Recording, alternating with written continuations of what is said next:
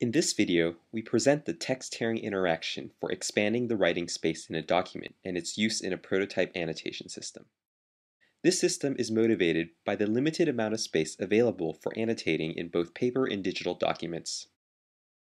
These space constraints result in cluttered writing as well as extra time spent zooming in and out.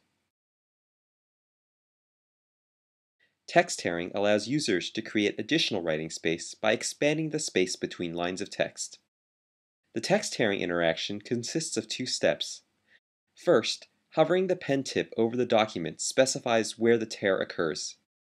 Then, touching and dragging with the other hand expands the tearing region.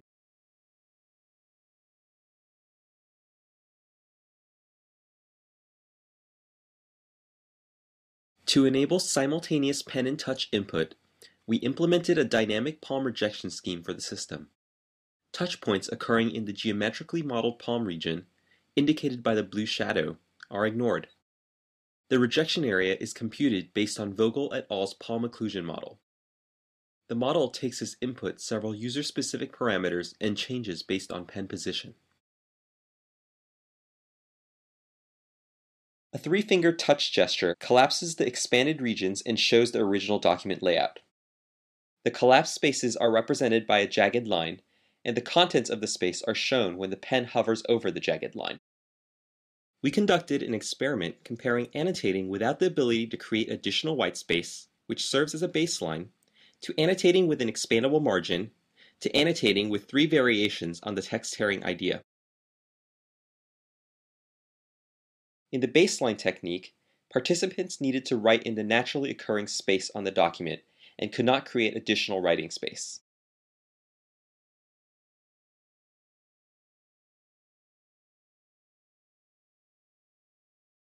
In the margin expansion condition, a lightweight panning gesture creates additional space along the edges of the page.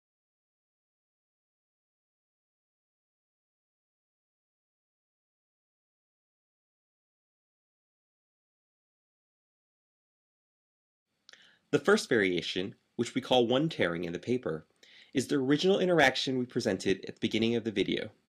This variation uses a single touch point in conjunction with a pen to tear texts. In the second variation, two tearing, spreading apart two fingers specifies the size of the expansion.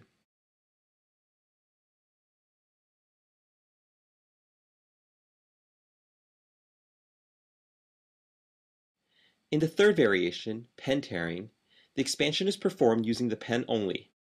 A horizontal stroke that contains a self-intersecting loop, commonly called a pigtail, starts the expansion. Vertical pen movements following the pigtail specify the size of the expansion. Our evaluation found that the pen tearing technique was the most preferred. The baseline and margin techniques were faster, however.